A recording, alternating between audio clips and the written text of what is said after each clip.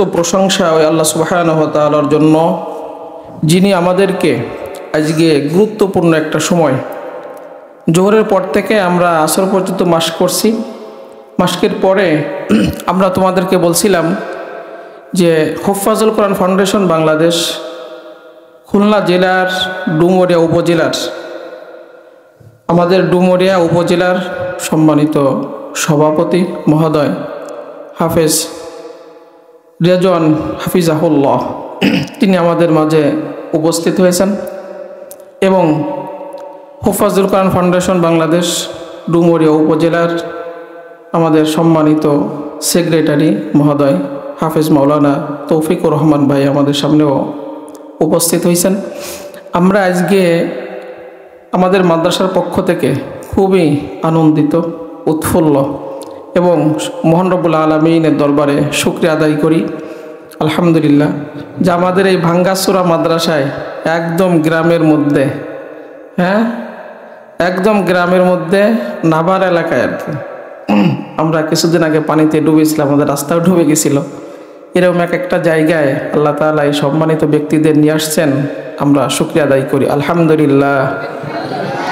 রব্বানা লাকাল হামদ হামদান কাসীরান তাইয়িবান মুবারাকান ফি, ইয়া রব লাকাল হামদ কামা ইয়ামবাগি লিজালালি ওয়াজহিকা ওয়া আযীমি সুলতানিক।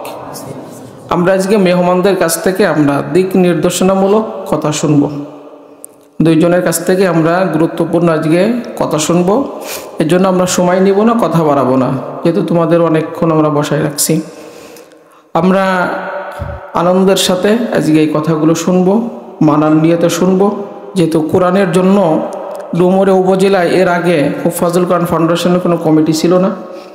কমিটি হয়েই এইবার প্রথমেই 23শে নভেম্বর আমাদের হুফাজুল কোরআন ফাউন্ডেশন প্রতিযোগিতা ডুমুরিয়া হয়েছে এবং খুলনা জেলায় আমাদের মাদ্রাসায় একজন, এই যে আমাদের একটা পরিচিতি, আমরা যাচ্ছি, কমিটির এই আয়োজনটা করলো, বিরাট ব্যাপার না? এইগুলো সব কোরআনের জন্য, আমরা কোরআনের জন্য মেহনত করতেছি, আমাদের এই দায়িত্বশীল কোরআনের জন্য মেহনত করতেছে। এই জন্য আমরা নিয়ে আসছি মেহমানদের দায়িত্বে ডেকে, এই জন্য যাতে আমরা আরও ভালো কিছু করতে পারি। আমরা গ্রামের মানুষ অনেক সময় বুঝি না, এখন মেহমানরা যদি আমাদের ভালো দিক নির্দেশনা দেন তাহলে আমরা কীভাবে তাদেরকে পড়াতে পারি, কীভাবে আরও মানসম্মত করতে পারি, আগামী প্রতিযোগিতায় অংশগ্রহণ করার জন্য কি কি পদক্ষেপ আমাদের নেওয়ার দরকার।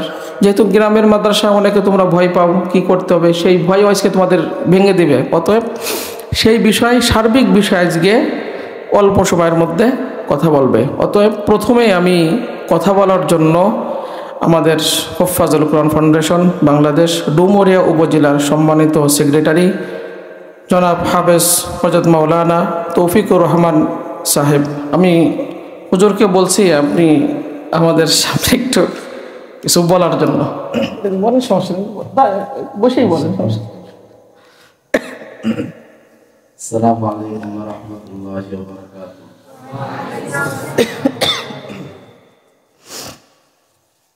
নাহমাদুহু ওয়া নুসাল্লি আলা রাসূলিল কারীম, আম্মা বা'দ। আউযু বিল্লাহি মিনাশ শাইতানির রাজীম। বিসমিল্লাহির রাহমানির রাহিম। ইন্না নাহনু নাযালনা আয-যিকরা ওয়া ইন্না লাহু লাহাফিজুন। সাদাকাল্লাহু মাওলানাল আযীম। আজকের এই মহৎ মজলিসের সম্মানিত মুহতামিম সাহেব, উস্তাদগণ, স্নেহের ছাত্র ভাইরা, আজকে আমার মতো গুনাহগার আপনাদের সামনে দাঁড়াইছি, বলার যোগ্যতা নেই এবং তোমরা নিষ্পাপ মাসুম, তোমাদের সামনে কি বলবো এইটাও ভাবতে পারতেছি না। কি বলে তোমাদেরকে আজকে সান্ত্বনা দেবে, যোগ্যতা নেই নাকি যে একটা টোটাফাটা কথা বলবো। তো অত্র প্রতিষ্ঠান সম্পর্কে আমার বিগত দিনের আসা যাওয়া খুব কম থাকলেও দূর থেকে খোঁজ খবর রাখা হয় এবং আমি খোঁজ খবর বিভিন্ন ওয়েতে জানতে পারি। এটা প্রতিষ্ঠান এখানে আছে, পড়াশোনা হয়, ভালো হয়। আগে দুইবার আসছি সৌজন্যভাবে একবার আসছি আর ইনডাইরেক্ট ভাবে যে একবার আসা হয়েছে, তো রাস্তাতে দেখে গেছি এইভাবে আসা যাওয়া। বাকি ফজল কোরআন ফাউন্ডেশন এবার কমিটি হওয়ার পরে যেভাবে সময় দেওয়া, শ্রম দেওয়া, তোমাদের জন্য আসে যোগাযোগ করে উঠায় দেওয়ার যে সময়, সেটা দিতে পারি না, হয়ে ওঠে না। তারপরেও আজকের আশাটা মতন সাহেব বলছে, সভাপতি সাহেবকে বললো যে আমাদেরকে আসার জন্য, আসতেছ দোয়া দেওয়ার জন্য, যে গুনাহগার তোমরা দোয়া করবে, তার বদৌলতে যেখানে হাতে জিন্দেগিতে বেঁচে থাকি সুন্দরভাবে সহিষ্ণুতা থাকতে পারি, এই জন্য দোয়া নেওয়ার জন্য আসা। তো তোমরা যে পড়াশোনা করতেছ, যে যতটুকু পড়াশোনা করবো আল্লাহ কার কতটুকু নেবে আল্লাহ ভালো জানে, কিন্তু যেখানে যে থেমে যাব ওখান থেকে উস্তাদদের থেকে দূরে সরে যাব। সবাই হাফেজ হবে না, সবাই আলেম হবে না, কিন্তু কিছু কিছু হয়ে যাবে। কিন্তু আমি হাফেজ হতে পারিনি বলে উস্তাদদের থেকে দূরে থাকবো না। আজকে বিশেষ করে এই অল্প কিছুদিনের কথাই বলবো, 2-10 বছরের কথা বলবো। আমি আমার অভিজ্ঞতার কথা বলতেছি, বাকি ভুল হলে সবার কাছে ক্ষমা চাই।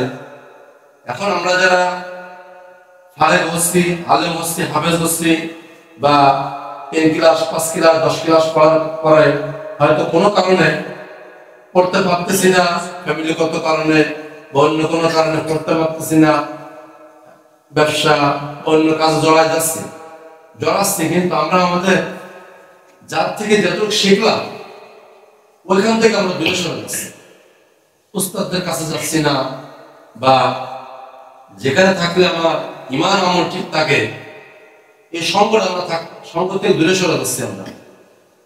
আর এই সরার কারণে আমাদের ভিতরে বন্ধুত্ব সুলভ আচরণ দূরে চলে যাচ্ছে, এবং যেখানে যাই আমরা বেড়াচ্ছি সেখানে যাই আমরা আমাদের এই লেবাস, এই কোরআন হাদিসের যে নূর আমাদের ভিতরে আল্লাহ সিনায় রাখছিল এটা কিন্তু আর থাকতেছে না। কারণ নেকি এবং গুনাহ দুটো এক জায়গায় করা যায় না, এবং নেকির তুলনায় গুনাহ যখন বেশি হয়ে যায় তখন এখান থেকে আর ফেরা কঠিন হয়ে যাচ্ছে। এজন্য বিশেষ করে একটা কথা বলবো, আমরা মুরব্বীদের ছত্রছায়ায় থাকবো। হ্যাঁ, বলতে পারেন যে ভাইজান আমার বাড়ি তো যশোরে, বা বাড়ি ওই ডাকো, ওখান থেকে আসা কাজ কাপের কঠিন।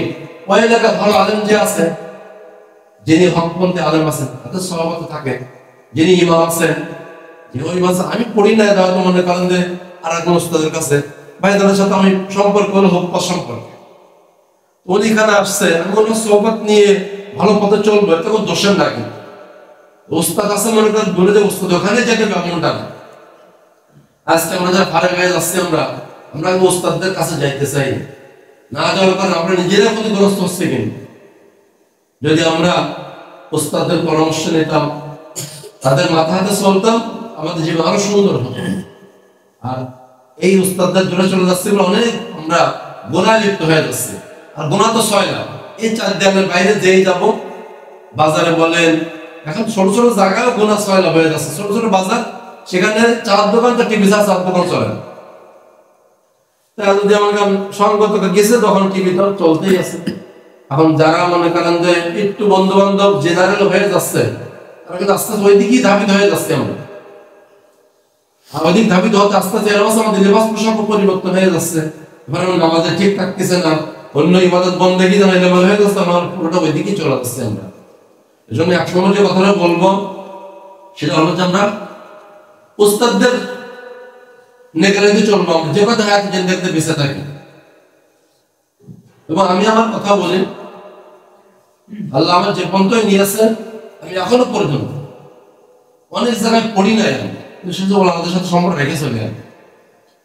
এবার রাখি একটার জন্য, আমার নিজের জন্য রাখি। আমি তাদেরকে আমার দ্বারা উপকার হয় এই জন্য, যে আমি আমার থেকে তারা উপকার নেবে এই জন্য, আমার উপকারের জন্য, আমি আমার ইমান আমল ঠিক রাখার জন্য ওলামাদের সাথে বেড়াই। আমি আমার কথা বলতেছি।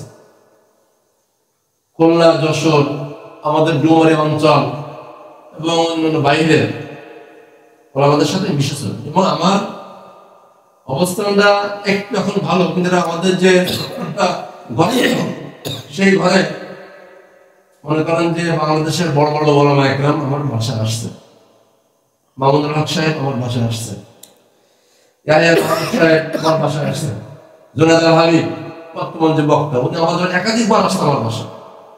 এরকম বড় বড় জায়গা ফরিদাল মোবারক সাহেব যে মাহফিলে আসলো আমাদের কাছে আসছে, মুজিবুর রহমান সাহেব, হাসান জামিল, এত বড় বড় ব্যক্তিদেরকে আমি আমার যোগ্যতা আনি না, কিন্তু হয়তো মুরব্বীদের দোয়া নিয়ে আসছি বলে এনারা আমার ছোট্ট ভাঙ্গা ঘরে আসছে এবং আমার দোয়া দিয়ে গেছে আমার জন্য, আমার ফ্যামিলির জন্য।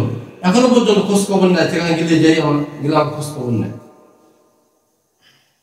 এই জন্য আমরা ইহকাল এবং পরকাল সুন্দর করার জন্য উস্তাদের বাইরে যাব। উস্তাদ পাবো না, উস্তাদের বন্ধু আছে তাদের সাথে বেরোবো, তাতে আমার দুনিয়া হাত চাল হোক, পরকাল হাত থাকা হোক। আমার দুনিয়া কিছু, দুনিয়া তো ধোকা যায়, আমার হায়াতুদ দুনিয়া ইল্লা মাতাউল গুরুর। দুনিয়া হলো ধোকা, ধোকার পিছনে সকাল থেকে ফজর থেকে বেরোয় সন্ধ্যা পর্যন্ত ধোকা। এই যেগুলো করছি এইটাই হলো আমার পরকালের সাউন্ড। সকাল থেকে সন্ধ্যা পর্যন্ত যা করেছি দুনিয়া দুনিয়ার কাছে সময় নেই, সময় নেই। কোন রকম নামাজটা পড়তে পারলেই দৌড় দুনিয়ার সাথে। মানে আমার কথা বলতেছে, কোরআন তেলাওয়াত সুযোগ হয় না, অন্য ইবাদত বন্দেগী ভালো করতে পারি না। এজন্য আস্তে আস্তে শয়তান কিন্তু আমাদের পিছে লাগিয়ে আছে। এজন্য বিশেষ করে একটা কথা হলো উস্তাদদের নিগরানি চলবো। 2 নম্বর কথা হলো আদবের সাথে চলবো। উস্তাদরা অনেক সময় অনেক কথা আমার মুআফিক মিলবে না, হুজুরের কথা করছে গেলেন এক কথা করলে ভালো হয়। যারা শয়তান হলো তর্ক করে, শয়তান তর্ক বেরেনে ঢুকায় দেয়। তাহলে আমরা তর্ক করবো না, উস্তাদদের বলছে ওইটা আমার মুআফিক হোক বা না হোক ওইটাই মেনে নেব। আমার ভিতরে না শব্দটা আসলেও বা মানতে চাচ্ছে না, তারপর উস্তাদরা মেনে নিয়ে করবো না সেটা, কিন্তু উস্তাদরা মেনে নেব। তো উস্তাদ বদদোয়া না দেয়, উস্তাদের বদদোয়া আমরা নেব। আর যদি মনে করেন হ্যাঁ ভুল আমারও হতে পারে, বড়দেরও হতে পারে, সেই ভুলটা যদি সেটা তোমার আসতে পরে বললেন হুজুর এটা এইভাবে এইভাবে করলে মানে আমার ভালো হতো। আমি তো 5 কেজি ওজনে বেশি ওয়েট করতে হবে, 10 কেজি দিচ্ছেন এজন্য পারি নাই, আমার 5 কেজি কিছু দেন, ওইটাই বহন করি। কিন্তু না, এখানে দাঁড়ায় পড়েও সবার মধ্যে বলেন হুজুর আমি 5 কেজি নিতে পারবো না, হুজুর কষ্ট পাবে। আপনি পারবেন না, আসলে হুজুর কেন হুজুর আমি তো অসুস্থ, আমার কাছে 2 কেজি ওজনের একটা মাল দেন, ওইটা আমি 10 কেজি পারবো না, তো অসুস্থ। হয়তো আপনার সম্পর্কে আমার সাথে জানা নেই, আপনি 10 কেজি পারবেন না, হুজুর মনে করে পারবো বলে ফেলেছে বা দিয়ে ফেলেছে, ওই সময় তর্ক করবো না উস্তাদের সামনে, উস্তাদকে বলবো না তাই পারবো না।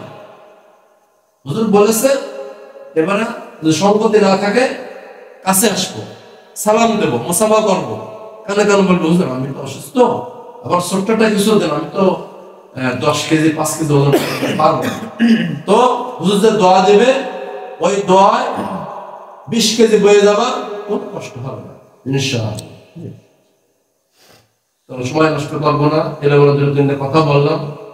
আর কোরআনের সোহবতে আসছো, কোরআন তেলাওয়াত করতেছো, বিশেষ করে আমার জন্য দোয়া করবেন, হোপ্পাজের জন্য দোয়া করবেন, উস্তাদদের জন্য দোয়া করবেন, আমার আপনজন যারা চলে গেছে, আপনারা আপনজন যারা চলে গেছে প্রত্যেকের জন্য দোয়া করবেন। দোয়া অন্যের জন্য করলেও নিজেরটা কমবে না, নিজেরটা করলেও কমবে না। রমজান মাসে যদি ইফতারি করায়, ইফতার করালে যাকে করাবো সে যে সব পাবো আমি সব পাবো, তার মানে যে তারটা কাটে আমাকে দিবেন। আল্লাহর খাজানা কিন্তু কমতি নাই, কিন্তু আল্লাহ দেওয়ার জন্য বসে আছে, বান্দা চাইয়ে দাও। এই জন্য আমরা সবার জন্য দোয়া করি। হ্যাঁ বলতুম যে আমি আপনার আব্বার জন্য দোয়া করবো, তো আমার আব্বাটা কমতে পড়ে যাবে না, কমতে পড়বে না। যখন আমারটা করবেন আপনারটাও আল্লাহ ওখান থেকে, আল্লাহ এলামের বাইরে তো আমাদের আপনার থাকবে না। আপনার মুরব্বী যারা কবরে চলে গেছে বা মুরব্বী যারা বাইরে আছে, ব্যবসা বাণিজ্য চাকরি বাড়ি করতেছে, ওই এলাম তো আল্লাহ আছে। যখন অন্যের জন্য দোয়া করবেন আপনারা অটোমেটিক এসেই যাবে। জন্য বিশেষ করে আপনার প্রতিপক্ষের জন্য দোয়া করব, প্রতিপক্ষের জন্য দোয়া করব, আর সবসময় সুন্দরভাবে চলবো। আল্লাহ আমাদের সবাইকে দুনিয়া আখিরাতে কল্যাণকামী করুক। আপনারা প্রত্যেকেই আপনাদের হাফেজ হয়ে এই জাতির রাহবার, জাতির নেতৃত্ব দিবেন, এই আশাবাদ ব্যক্ত করে সকলের কাছে দোয়া চেয়ে আমি আমার ফোটাফোটা কথা এখানে শেষ করছি। আমার তৌফিক ইল্লা বিল্লাহ। আল্লাহ আমাদের সবাইকে মাফ করুক, আমার ভুল ভ্রান্তি আল্লাহ মাফ করুক। আমার তৌফিক ইল্লা বিল্লাহ। আসসালামু আলাইকুম। মাশাআল্লাহ, আমরা অত্যন্ত চমৎকার গুরুত্বপূর্ণ নসিহত আমরা শুনছিলাম। আমাদের ডুমুর উপজেলার হুফাজুল কোরআন ফাউন্ডেশনের সাধারণ সম্পাদক জনাব হাফেজ মাওলানা তৌফিকুর রহমান সাহেবের কাছ থেকে। আমরা শেষ বক্তব্য, সভাপতির বক্তব্য শুনে আমরা খাবারের ছুটি দিব। এখন তোমাদের সামনে গুরুত্বপূর্ণ দিক নির্দেশনা, হুফাজ বিষয়ক এবং ভয়ভীতি দূর করার যাবতীয় বিষয় এখন তোমাদের সামনে কিছু আলোচনা করবে। গুরুত্বপূর্ণ আমাদের হুফাজুল কোরআন ফাউন্ডেশন বাংলাদেশ ডুমুরিয়া উপজেলার সম্মানিত সভাপতি জনাব হাফেজ রেজওয়ান সাহেব।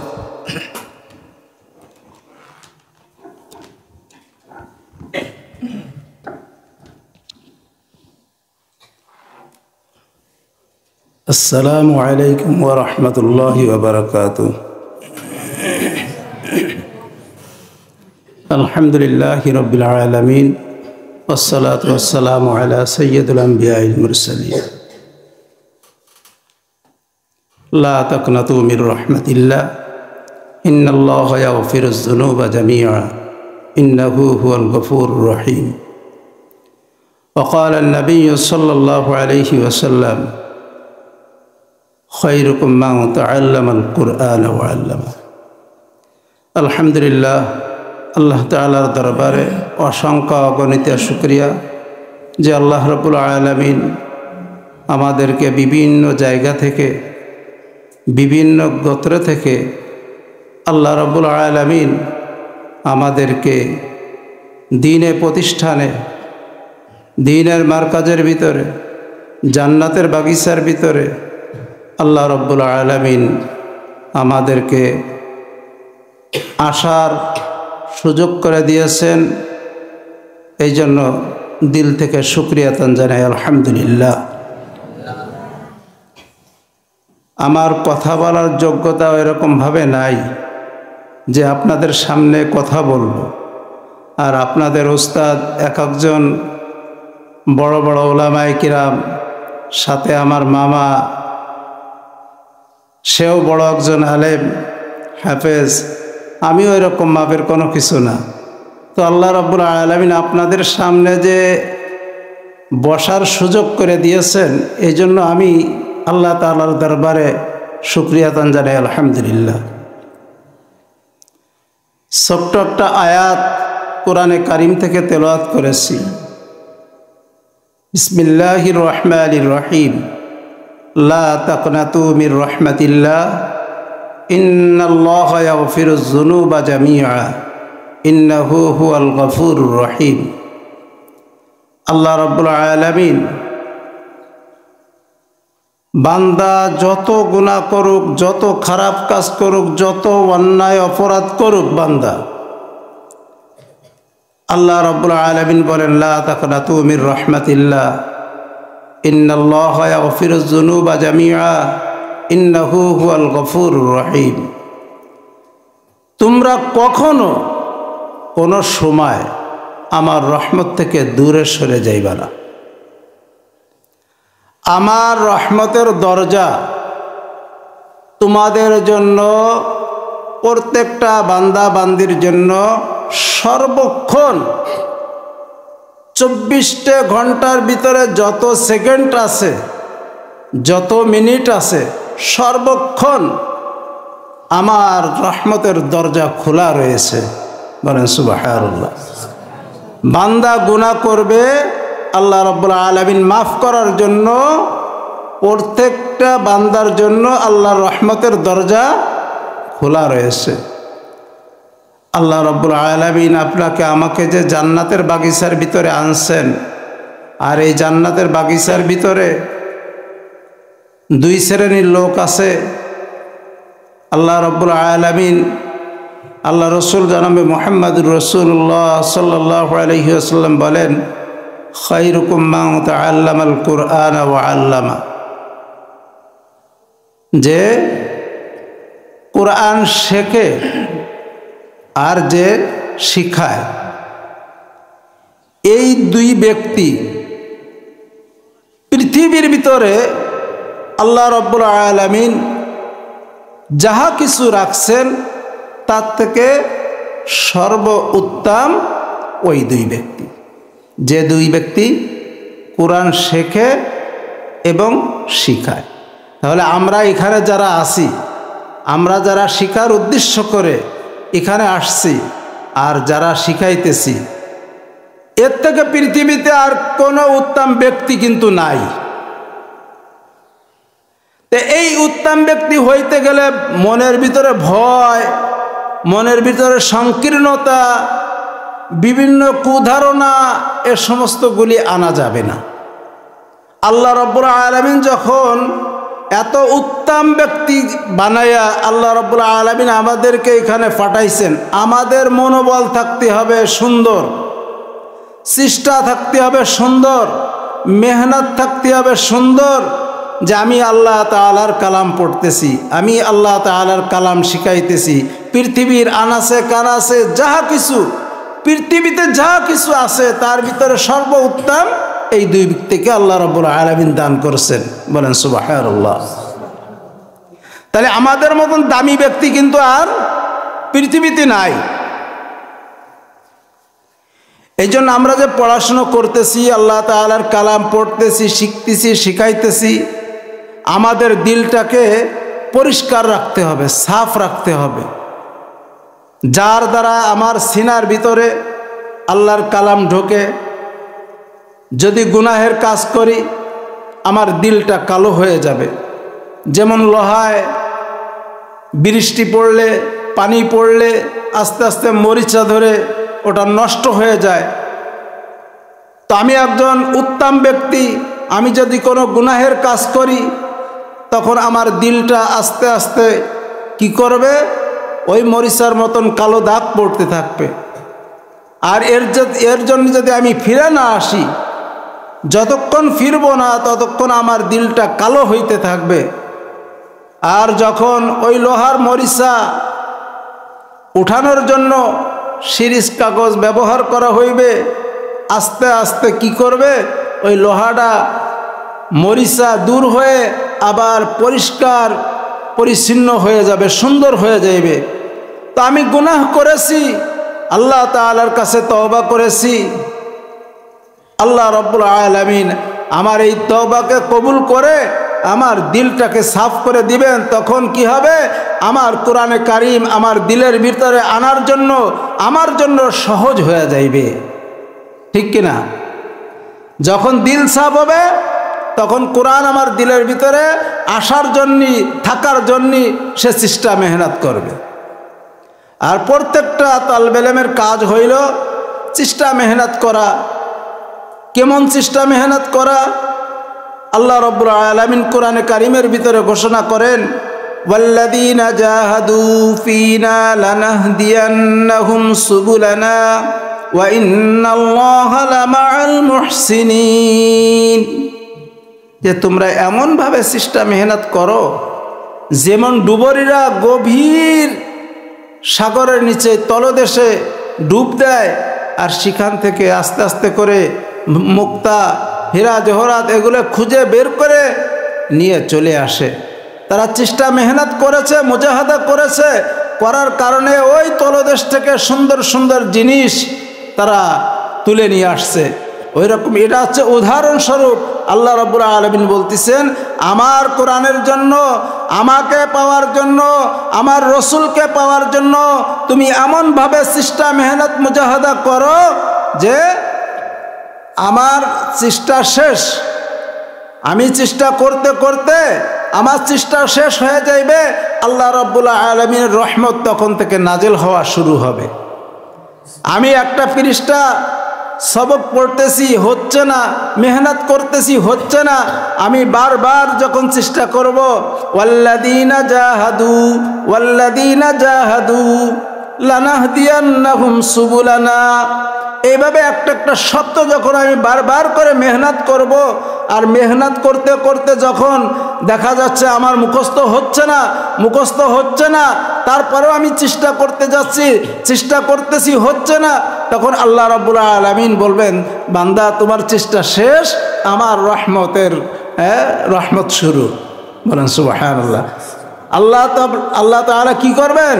যখন চেষ্টা শেষ হবে বান্দার, তখন আল্লাহ তাআলার রহমত শুরু হবে। আর আমি চেষ্টা করলাম না, মেহনত করলাম না, মুজাহাদা করলাম না, কোশিশ করলাম না, আল্লাহ তাআলা আপনাকে আমাকে দিবে না। ছোট বাচ্চা আছে না, শিশু বাচ্চা, আমরাও তো একসময় ছিলাম শিশু বাচ্চা। মায়ের কোল থেকে যখন ভূমিষ্ঠ হয়েছি, আমরা কেউ কথা বলতে পারতাম? কথা বলতে পারতাম? কখনোই না। আমরা চাইতে পারতাম না, ঠিক মতন তাকাইতে পারতাম না, কিছু করতে পারতাম না। তো আমাদের কাজ ছিল কি? আমার ওই শিশু অবস্থায় আমার ক্ষুধা লাগছে, এখন আমি মায়ের কাছ থেকে কিভাবে দুধ পান করতে পারি? আল্লাহ রাব্বুল আলামিন এই শিশু বাচ্চার এমন দান করছেন যে শিশু বাচ্চা যখনই কেঁদে উঠেছে, মা দৌড়াইয়া চলে আসছে যে আমার বাচ্চার ক্ষুধা লাগছে। মা কেমনে বুঝলো?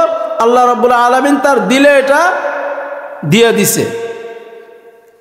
তো আমরা যতক্ষণ পর্যন্ত না কানবো, চেষ্টা মেহনত না করব, আল্লাহর রহমত ততক্ষণ পর্যন্ত আসবে না।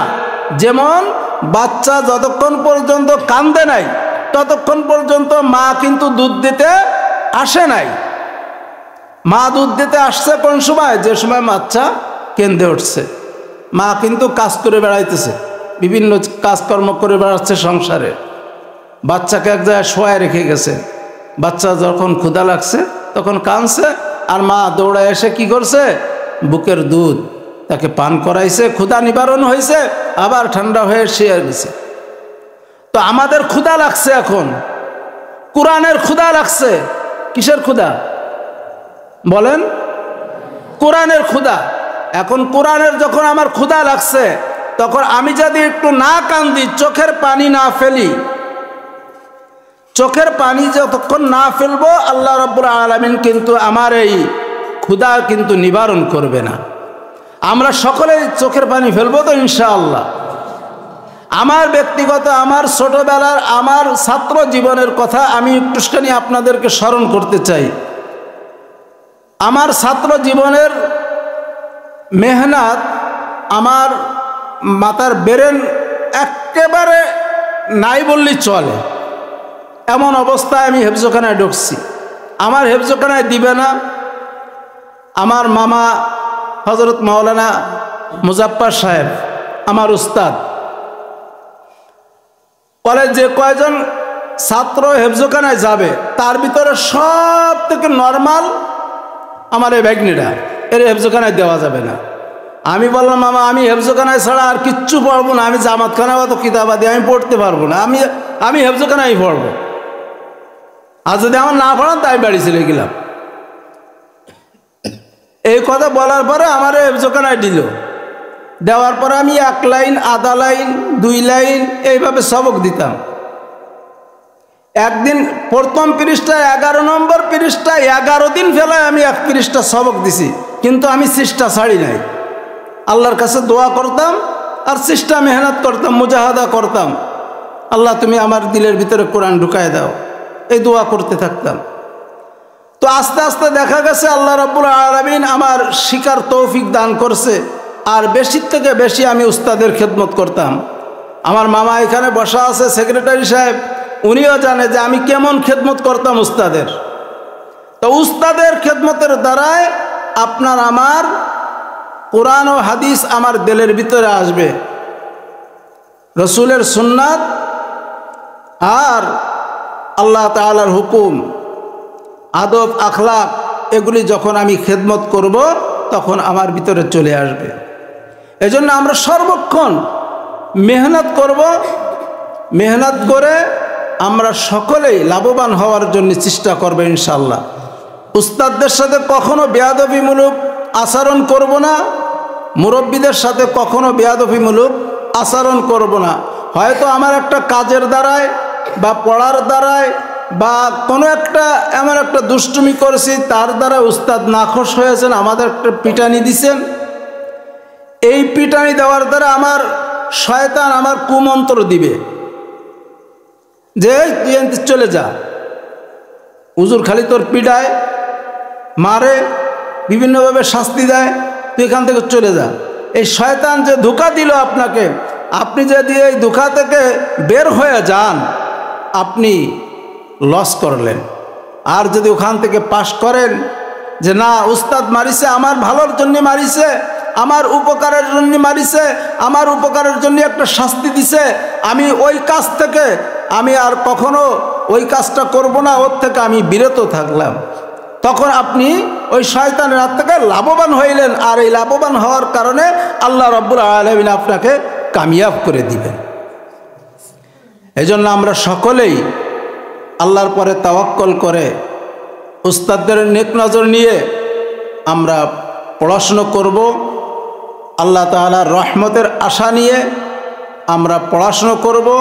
আর বেশি থেকে বেশি দুরুদ ও সালাম পাঠ করব। যখন আমরা কোরআন শরীফ পড়ব, শুরু করব, বেশি বেশি দুরুদ সালাম পাঠ করব।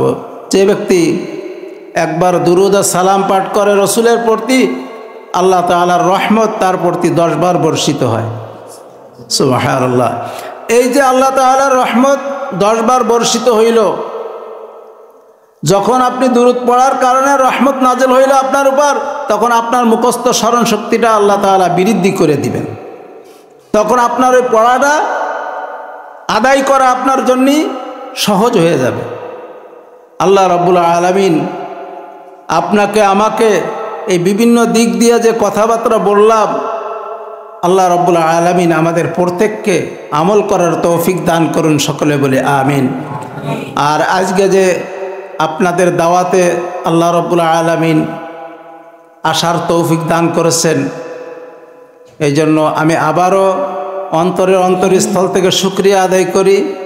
আর সাথে সাথে হুফাজুল কোরআন ফাউন্ডেশন বাংলাদেশ যে আপনাদের যে উপহার দিছেন, কোরআনে কারিম এত সুন্দরভাবে পড়া, ওয়ারাত্তিলিল কুরআন তারতিলা, যে তারতিলের সাথে তাজবিদের সাথে সহি শুদ্ধভাবে সুন্দরভাবে হুফাজুল কোরআন ফাউন্ডেশন যেভাবে আমাদের পরিচালনা করে দান করেছেন, এইভাবে আমরা যদি আটকায় ধরে রাখতে পারি, চেষ্টা মেহনত করতে পারি, তো আগামী দিন ইনশাআল্লাহ ইনশাআল্লাহ ইনশাআল্লাহ আমরা কামিয়াব হইতে পারব।